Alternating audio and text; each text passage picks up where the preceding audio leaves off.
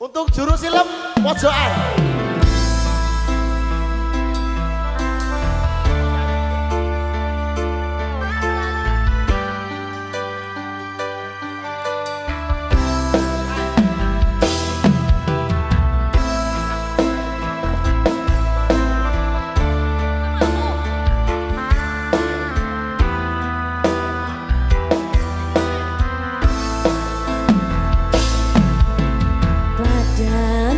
Surya nanging peteng ning mripatku, sinare rembulan nambahi kangen ning atiku. Tresno sing tak jaga ya mung kanggo sliramu, nanging nyatane aku mbok adusi. Yo